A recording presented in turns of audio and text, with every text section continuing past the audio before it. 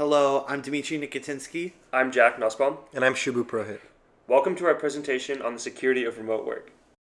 In March of 2020, the rapid increasing spread of the COVID-19 virus forced schools and businesses to shut down in-person activities on extremely short notice. Schools began conducting classes in online settings and companies scrambled to adapt their operations to remote models. In the workplace, this mass shift from the offices to remote settings presented an array of technical challenges. For employees in all roles, moving to a remote model meant an increased reliance on technology. This increase meant more devices, more accounts, more networks, and critically, more room for vulnerabilities and mistakes in computer security to occur. In this presentation, we will discuss the changes in security that were required, implemented, and even overlooked as our nation shifted to a remote workforce. We will address the impacts that these changes have had on both employers and employees and explore some real-life examples of approaches taken by various companies with the goal of maintaining robust security. To start things off, let's take a look at the different stakeholders that are affected by the shift to remote work, and then lead into how and where vulnerabilities are introduced. In order to maintain a high level of security, all parties involved must execute proper security techniques. These parties include the employer, the employee, and also the third-party software and hardware used by both. Each stakeholder is a piece in the puzzle, and the puzzle is not secure unless each individual piece is. The responsibility of each stakeholder is important and varies by type. For employers, it is now their responsibility to ensure that they have a system in place that enables all employees to communicate and pass data securely. This system would include the provisioning of trusted third-party software and hardware to all remote employees, as well as implementing rules and policies for conducting online business securely. It is also often the responsibility of the employer to check in, monitor, or even audit employee practices to guarantee the policies are being followed. On the other side, it is the responsibility of employees to follow such policies and use the proper technology to keep themselves, their coworkers, and their employees' data and privacy safe. Employees may be required to complete online security and safety trainings at many companies, such as tech giants Google and Amazon. Every employee can be viewed as a vulnerability, with many potential routes of exploit. Password weakness, employee phishing, fake company emails are all exploits that each employee is responsible for preventing. In terms of the software and hardware used in remote work, it is typically the employer's responsibility to ensure that all technology used can indeed be trusted. The increase in required technologies once again introduces an expanded suite of vulnerabilities. Even if all employees using a technology act optimally under that device's security requirements, a vulnerability in a certain technology can still expose company data and affect business operations. Before the pandemic, the employee network model looked something like this. During the pandemic, it looks more like this, with each line representing an electronic connection. With electronic communication between parties now much more prevalent, since communication online is now the only way to interact between coworkers, this means that attackers now have exponentially more channels to sniff and more data is being passed over the internet.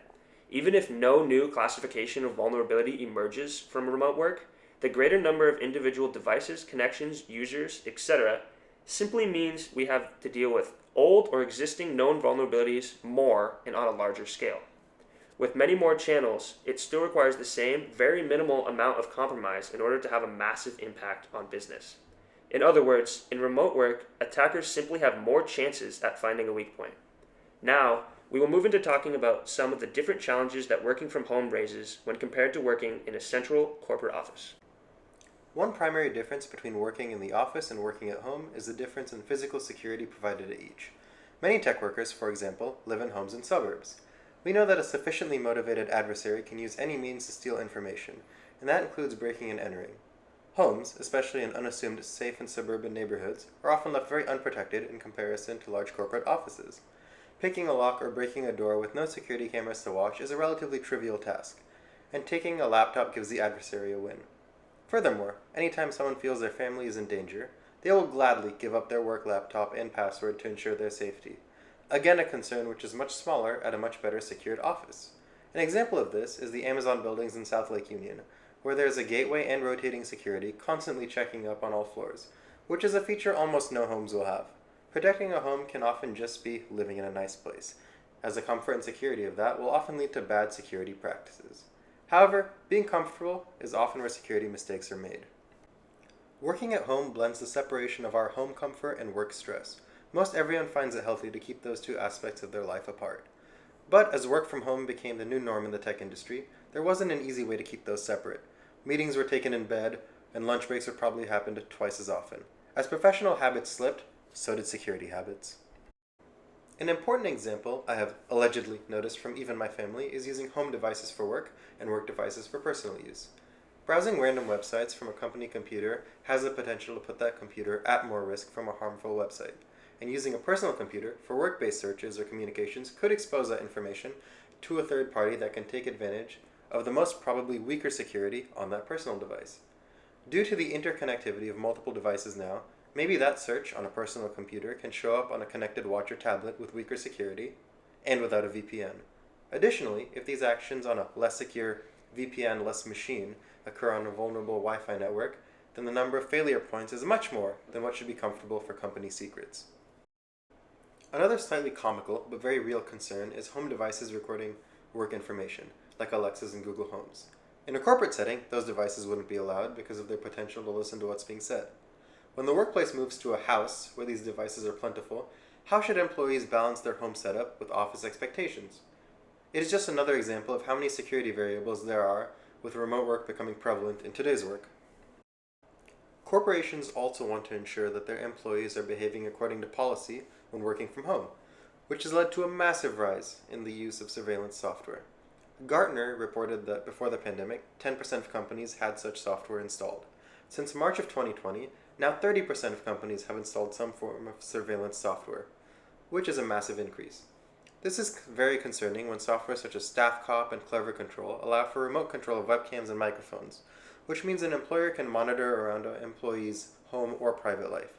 This is a major violation of privacy, as very sensitive information, or even shared passwords, can be spoken and then known to an employer unbeknownst to the employee.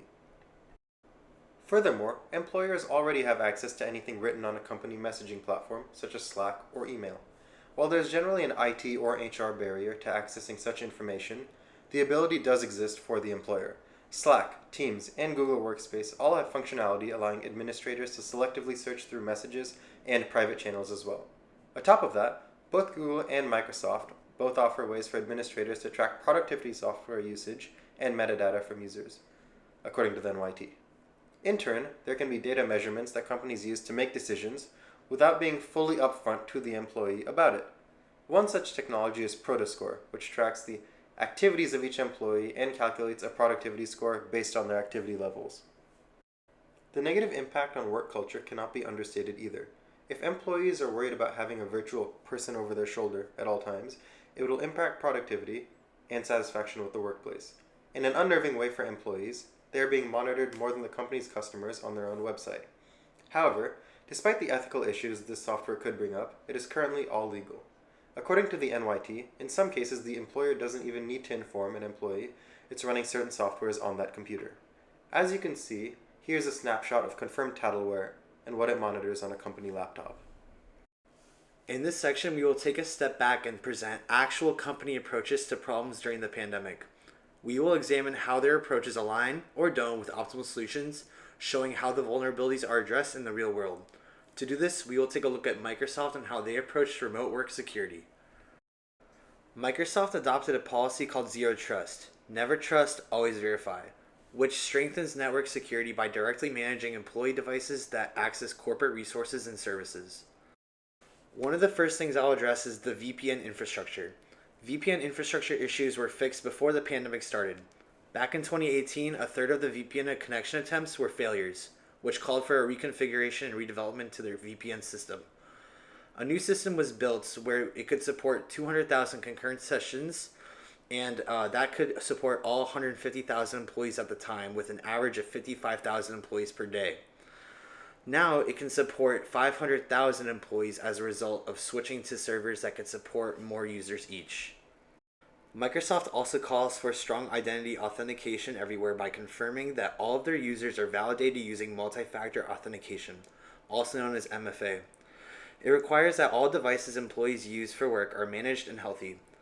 Microsoft offers 3 authentication methods: certificate-backed virtual and physical smart cards, Windows Hello for Business, which is like signing in with PIN or biometrics, and Azure multi-factor authentication. For dealing with device management, Microsoft offers self-service enrollment so users can quickly and easily join Azure Active Directory and enroll in Microsoft Endpoint Manager to access company resources. Once enrolled, Microsoft Endpoint Manager then applies appropriate policies, for example, to ensure that a device is encrypted with a strong password and has certificates for access to things like VPN and Wi-Fi.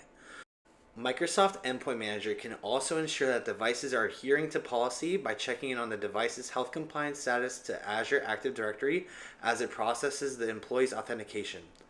In addition, under the Zero Trust model, devices may only access network resources after the device's health has been verified, which significantly reduces the risk of malware and intrusion. Microsoft employees also use productivity applications such as Outlook, Microsoft Teams, and OneDrive, which are deployed on corporate devices, so people can access their emails, calendars, and files within File Explorer on Windows, Finder on Mac, and Office apps on mobile devices.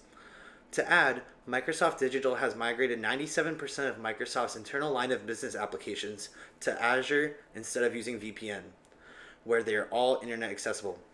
This combined with the redesigned VPN configuration that enables split tunneling has freed up valuable VPN bandwidth for mass remote work. Although we were able to use Microsoft as an example of how a big tech company was able to deal with remote work, there are problems that arise from the employee's side. Most corporations are not strict on device monitoring, meaning that employees like us in a couple years would use computers for personal use, where personal information can be leaked under a poor network connection. Using these work computers, we also have to be on the lookout for scams as the pandemic has caused more communication to be done online. So adversaries try different ways to access you or your company's data with phishing scams, spoofing attacks, or fake alerts. Employees can also often get away without following their company's security protocols strictly as previously mentioned. To add, the learning from security training isn't enforced at most companies. This past summer, Shu and I had the opportunity to intern for Amazon, where they had us take some security training as a part of the onboarding process. However, it could have been easily exploited in skipping parts of this training. For example, if problems were not correct, we were not forced to retry learning the content and were just told the correct answer. There were also options to just read the transcript instead of taking the quizzes, which further reduced the necessary learning to pass the modules. Because of the lack of employee training, working remotely for the company was not as safe as it should have been. These problems do not sound too complicated to fix though. For the first issue we face, we only have to block login access to personal accounts and inappropriate productivity applications. For the second issue, we have to have corporations provide cybersecurity awareness training in an enforced way and keep IT resources well staffed to enforce better secure work from home setups and updates. Remote employees should have ready access to contact information for critical IT employees to report security incidents and assist with technical issues. We've now seen the ways that remote work has affected employees and employers during the COVID-19 pandemic. But what about after the pandemic ends? Well, for companies that spent a significant amount of money and time on remote work security, this seems to be shaping up as a long-term investment. According to a 2021 survey conducted by PricewaterhouseCoopers, 83% of employees who can work from home would like to do so at least one day a week after the pandemic, and 32% would like to remotely work full-time. For many companies, this data signals another call to action, as only 1 in 5 companies reports being confident that their infrastructure can support long-term remote work securely, also according to PricewaterhouseCoopers. In other words, moving forward, remote work is going to be much more prevalent than it ever was pre-pandemic. This means both employees and employers will need to continue the practices outlined throughout this presentation if they wish to remain secure. Simply put, for everyone involved, it is time to get used to a remote online world.